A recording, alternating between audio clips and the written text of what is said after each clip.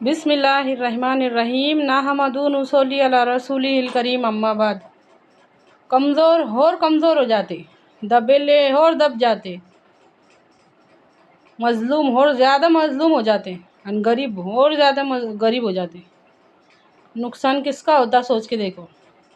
جس منمانے ڈھنگ سے ہم معاشرت طے کرتے، اس کا نقصان صرف غریبوں کو، یتیموں کو، بیوہ عورتوں کو۔ سوچ کے دیکھو، معاشرے کے کمزور ترین طبقے کو۔ غور کر کے دیکھو، غور کرنا بہت زیادہ ضروری ہے۔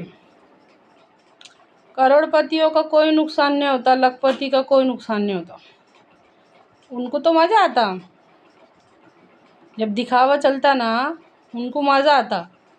سامنے والا اس سے بڑھ کر ایک سے بڑھ کر ایک، ایک سے بڑھ کر ایک، ایک سے بڑھ کر ایک، کیونکہ ان کے پاس پیسہ رہتا نا۔ سوچ کے دیکھو، غور کرنا بہت ضروری ہے۔ ہمارے نبی صلی اللہ علیہ وسلم کے طریقے پہ معاشرت رہنے کا فائدہ کس کو ہے اور نقصان کس کو ہے؟ کاش کہ کوئی غور و فکر کرے، کوئی غور و فکر کرے۔ ہمارے اپنے من مانے ڈھنگ سے معاشرت طے کرنے کا، ہمارے اپنے من مانے ہمارے دل سے کاروبار کرنے کا سب سے زیادہ نقصان معاشرے کے کمزور طبقے کو، غریبوں کو، یتیموں کو، بیوہ عورتوں کو، معاشرے کے کمزور ترین طبقے کو ہوتا۔ غور کرنا بہت زیادہ ضروری ہے۔ اگر تھوڑی سی بھی دلوں میں ہمدردی ہے تو، اگر تھوڑی بہت بھی دل میں ہمدردی ہے تو دین خیر خواہی ہے، دین ہمدردی ہے۔ ہمارے نبی صلی اللہ علیہ وسلم کا فرمان ہے، مسلمان جو ہے نا، مسلمان وہ خیر خواہ ہوتا ہے۔ خیر خواہ کس کو بولتے ہیں؟ جو ایک دوسرے کا بھلا چاہتے۔ ہمدرد ہوتا ہے۔ ہمدرد کس کو بولتے ہیں؟ جو دوسروں کا درد محسوس کرتے۔ ذرا سوچ کے دیکھو، حالات دیکھو، کس کے دل پہ کیا گزرتی دکھاوے کی وجہ سے۔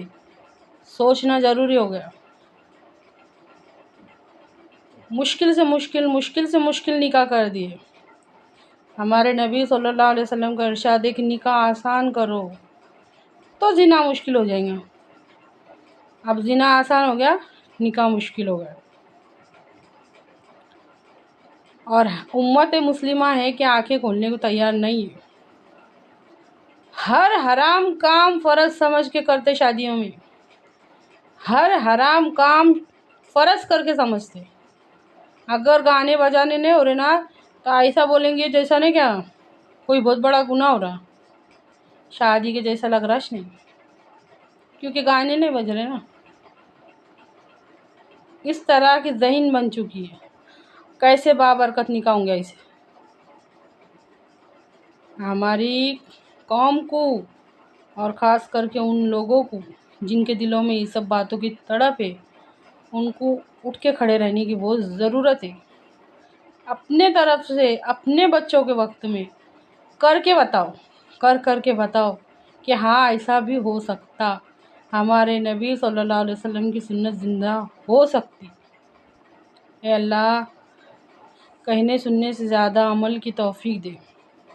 باتوں پر غور فکر کر کے ان پر عمل کرنے کی توفیق دے۔ آمین ثم آمین۔